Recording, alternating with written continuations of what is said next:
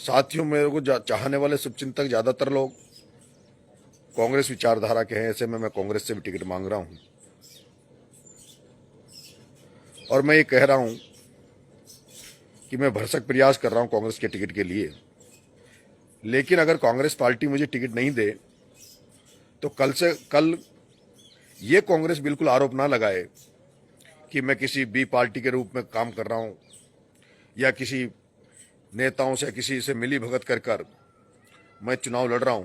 क्योंकि मुझे पता है कांग्रेस पार्टी अगर मेरा टिकट काट के किसी और व्यक्ति को टिकट देती है और मैं चुनाव लड़ता हूं तो जिस तरह से मेरे पर छबड़ा में भी आरोप लगाया, मेरे पे देवली उनियारा में भी आरोप लगाया कि मैंने बीजेपी से मिली भगत करके चुनाव लड़ा है।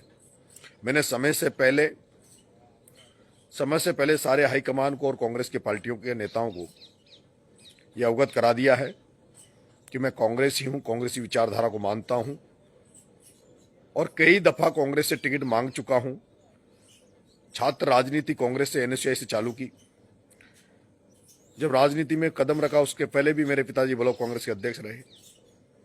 ऐसे में ये पूरी तरह से कांग्रेस में निष्ठा रखने के बाद भी 3-3, 4-4 बार प्रयास करने के बाद भी छबड़ा में 18 में टिकट मांगा,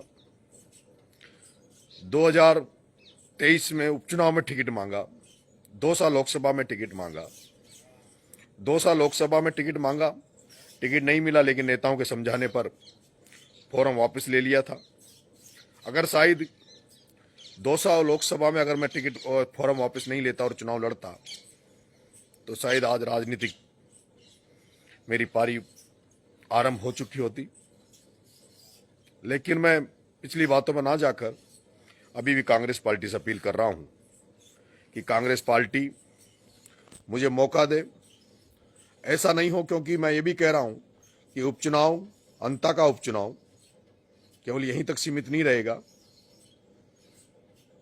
अंता का चुनाव 2028 के आम चुनाव को भी प्रभावित करेगा। मैं अगर इस बार कांग्रेस से अलग हटकर अगर आगे बढ़ गया तो फिर मेरा मुड़ना नामुमकिन रहेगा।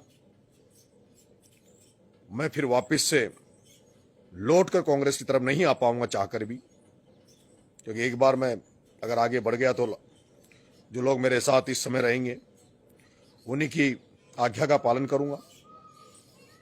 ऐसे में मैं ऐसा कोई कदम नहीं उठाना चाहता जिससे मेरे कदम से भारतीय जनता पार्टी को फायदा हो, क्योंकि उदयपुर में भी यही हुआ। कांग्रेस ने समय रहते हुए जिन लोगों ने बाप पार्टी बनाई थी उनको अगर वो समय पर मौका देते पार्टी से तो शायद बाप पार्टी नहीं बनती। और बाप पार्टी बनी है तो कहीं ना कहीं कांग्रेस का नुकसान हुआ, बीजेपी को फायदा हुआ है। जहां कहीं भी तीसरे मोर्चे खड़े हुए हैं वहां नुकसान बीजेपी का नहीं बल्कि कांग्रेस का हुआ है। लेकिन मेरे पास रास्ता नहीं बचता है। मैं अगर कांग्रेस मुझे इस बार मौका नहीं देती तो मेरे पास रास्ता नहीं बचता है। और सबसे बड़ा कारण उसका यह है कि आज कांग्रेस में आदरणीय राहुल गांधी जी की मंशा के अनुरूप राहुल गांधी जी चाहते हैं कि कांग्रेस में दलित और आदिवासी और अल्पसंख्यक वर्ग जो कांग्रेस का वोट बैंक है उनको राजनीतिक प्रतिनिधित्व उनकी संख्या के आधार पर दिया जाए। लेकिन धरातल पे अलग हम देखते हैं। ऐसे में अभी भी राहुल गांधी जी के भरोसे, राहुल गांधी जी पे विश्वास करते हुए मैं रुका हुआ हूं। और मुझे उम्मीद है कि अगर आप सब लोग इसको वीडियो को शेयर करके राहुल गांधी जी तक अगर मेरी आवाज पहुंचेगी तो मुझे उम्मीद है कि आदरणीय राहुल गांधी जी मुझे मौका देंगे। मित्रों,